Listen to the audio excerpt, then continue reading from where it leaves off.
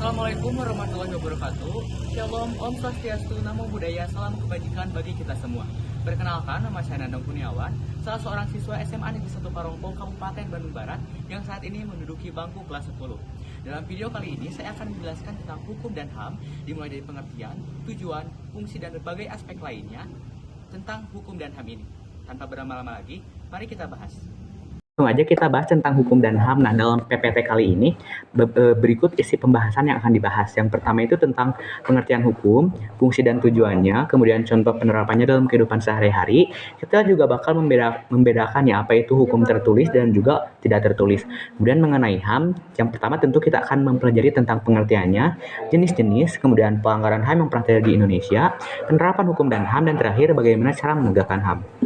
Nah, kalau dari pengertian sendiri, kita ambil dari 3 tokoh nih. Yang pertama E. Meyer, Utrecht, dan Simorangkir.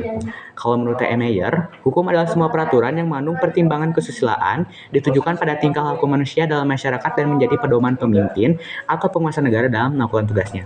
Kalau menurut Utrecht, hukum adalah himpunan petunjuk hidup, baik perintah ataupun larangan, yang mengatur tata tertib dalam suatu masyarakat yang seharusnya ditaati oleh anggota masyarakat. Kalau dilanggar, dapat menimbulkan tindakan dari pihak pemerintah dari masyarakat itu. Kemudian menurut Simorangkir, hukum adalah peraturan yang bersifat memaksa, yang menentukan tingkah laku manusia dalam lingkungan masyarakat yang dibuat oleh badan resmi yang berwajib. Pelanggaran terhadap peraturan ini berakibat diambilnya tindakan, yaitu hukuman. Nah, kemudian apa sih fungsi dan tujuan hukum? Kalau menurut Sacipto Raharjo, fungsi hukum itu ada 3. Yang pertama, pembuatan norma-norma, baik yang memberikan peruntukan ataupun yang menentukan hubungan orang perorangan. Kemudian untuk penyelesaian sengketa-sengketa dan menjamin kelangsungan kehidupan masyarakat, terutama saat terjadi perubahan dalam masyarakat. Kalau menurut C.S.T. Kansil, di bukunya yang berjudul Pengantar Ilmu Hukum dan Tata Hukum Indonesia halaman 45, tujuan hukum itu untuk menjaga dan mencegah agar setiap orang enggak jadi hakim atas dirinya sendiri, atau Eigenrechtling is verboden, tidak mengadili dan menjatuhi hukuman terhadap setiap pelanggaran hukum terhadap dirinya sendiri.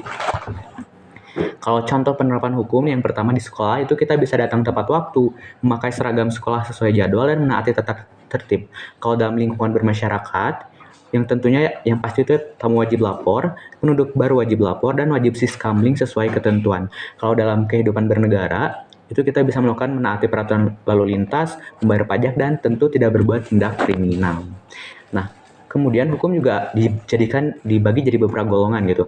Ada yang berdasarkan sifat, bentuk, dan lain-lainnya. Kalau berdasarkan bentuk, hukum itu dibedakan jadi 2. Yang pertama itu hukum tertulis, yang merupakan hukum yang dicantumkan dalam berbagai peraturan perundang-undangan.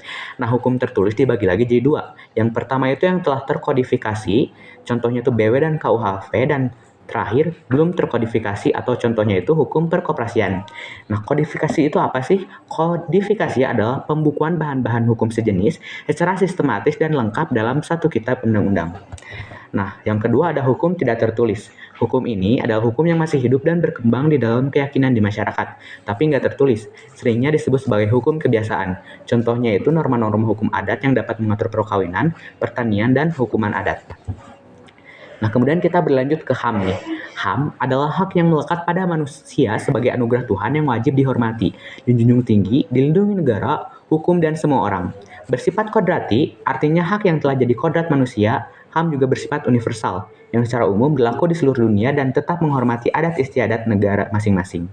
HAM juga bersifat langgeng yang artinya hak manusia sejak dari kandungan hingga meninggal. Nah, kalau menurut Thomas Hobbes nih, HAM adalah jalan keluar untuk mengatasi keadaan homo homini lupi, bellum hominum contra omnes, yaitu manusia dapat menjadi serigala bagi manusia lainnya. Keadaan ini mendorong terbentuknya perjanjian masyarakat di mana rakyat menyerahkan hak-haknya pada penguasa. Kalau jenis-jenis HAM, ada beberapa jenis HAM.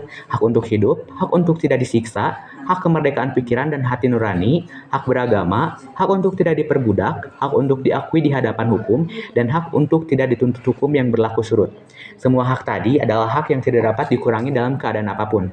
Dan selain hak-hak itu, tergolong sebagai hak-hak yang dapat dikurangi atau dibatasi dengan undang-undang, seperti hak berorganisasi dan hak berekspresi. Nah, kalau menurut PBB sendiri ini dalam forumnya 10 Desember 1948, mereka menjeniskan 30 jenis hak asasi manusia. Seperti yang bisa dilihat di gambar.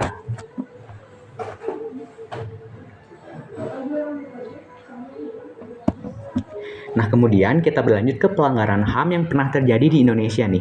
Dilansir dari Komnas HAM, ada 17 kasus peristiwa pelanggaran HAM berat yang terjadi.